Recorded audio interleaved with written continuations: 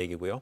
근데 이런 가운데 그 피해 주민들에 대해서 울산시가 호텔 숙식을 제공한 것에 대해서 또 이게 논란이 되고 있어요. 네, 이 청와대 게시판에 어떤 분이 올리셨어요. 예. 울산시는 그 이재민들에 대한 호텔 숙식 제공을 철회하라 그렇게 올렸고 네. 지금 이 건과 관련해 가지고 SNS상에서도 이게 뭐가 문제냐, 울산시는 잘하고 있다 이런 의견과 아니 이건 형평의 문제지 호텔이 말이 되냐 지금 이런 의견이 나뉘고 있는데 울산시에서는 그러면 왜 이 주민분들을 호텔로 이전을 시켰는지 물어봤어요. 그랬더니 뭐냐면은 일단의 법적 근거를 들었고 코로나 상황, 그다음에 형평의 문제를 울산시에서는 얘기를 했는데 일단 법적으로 재난구호법에 보면은 화재 등 사회적인 재난 시에 지방자치단체는 행정안전부 장관이 정하는 지침에 따라서 주민들을 대피하고 숙식을 제공할 수 있는 건데 이 금액 자체가 하루에 숙식비 6만 원, 한 끼에 8천 원이라는 거예요. 네. 그러니까 우리는 이 범위 내에서 제공을 하는 거다. 그다음에 코로나상의 문제, 대부분 뭐 자연재해가 발생했을 때 학교 강당에서 지내는 거는 맞지만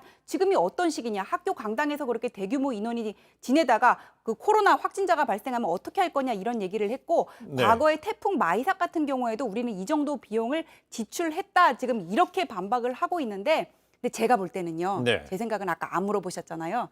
제 생각은 호텔로 이전을 시킨 게 막 그렇게 썩 바람직한 조치 같지는 않아요. 그 이유는 뭐냐면은 네.